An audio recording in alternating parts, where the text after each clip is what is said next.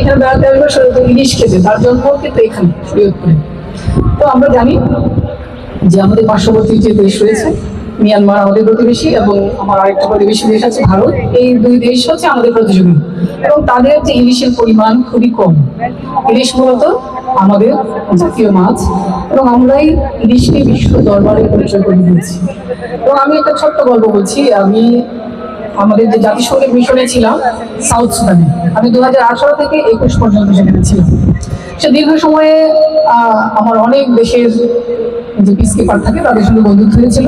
তার মধ্যে মিডল ইস্টের আমার একটা ছোট গ্রুপ ছিল, তারা আলজেরিয়া, মিশর, ইরান এসব দেশে অধিবাসী। তো ওদের সাথে প্রায় আড্ডা থেকে একদিন মাছের কথা আসলো। ওরা জুবাই কিন্তু নীল নদের ছোট একটা নালার মতো আছে, সেখানে এই পরিমাণ মাছ পাওয়া যায় মানে বলার বাইরে। সেখানে কৃষক যখন মৎস্য যারা ই করেন সংগ্রহ করেন, তারা যখন যান নৌকা নিয়ে, সেই নৌকা ভরে কিন্তু নিয়ে আসে।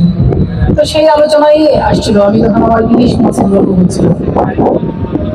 তো ইলিশের যে বর্ণনা দিয়েছি, আমি আগে বলেছি ইলিশ আমার প্রিয় মাছ, আমি ইলিশের এতই বর্ণনা দিয়েছি যে ইলিশ দেখতে কেমন।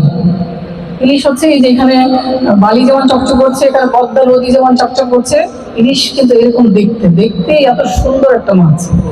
এবং সেই মাছটার যে মাংসটুকু, প্রোটিনের অংশটুকু এতই হচ্ছে সফট, তাই না, যেটা হাতে ধরা মাত্রই আছে ভেঙে পড়ে, এবং এটা জিভে দেওয়া মাত্রই এটার যে স্বাদ, সেটা স্বাদ কি হয় সারা শরীরে ছড়িয়ে পড়ে।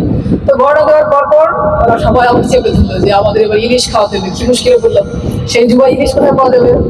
ঠিক আছে, আমি কথা দিচ্ছি যে তোমাদেরকে আমি একদিন ইলিশ খাওয়াবো। কিন্তু ইলিশের একটা খারাপ দিক আছে, সেটা কি? বলেছি ওদেরকে যে ইলিশ আমি সংগ্রহ করে দিতে পারবো, তোমরা খেতে পারবে কিনা সন্দেহ আছে, কারণ ইলিশ খাওয়ার জন্য একটা বিশেষ বৈশিষ্ট্য লাগে। সেটা কি?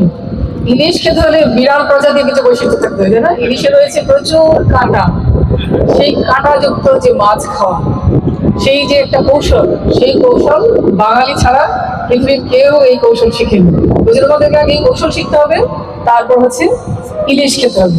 তো এই ইলিশ পৃথিবীর যেখানেই বাঙালি আছে সেখানেই ইলিশ আছে। আপনারা জানেন প্রবাসীরা দেশে আসলে যেসব জিনিস সংগ্রহ করে তার একটা জিনিস, আমার কাজিন গতকাল ফ্লাইটে গিয়েছে অস্ট্রেলিয়ায়, সেও যাওয়ার সময় যেসব জিনিস নিয়েছে তালিকায় ছিল ইলিশ।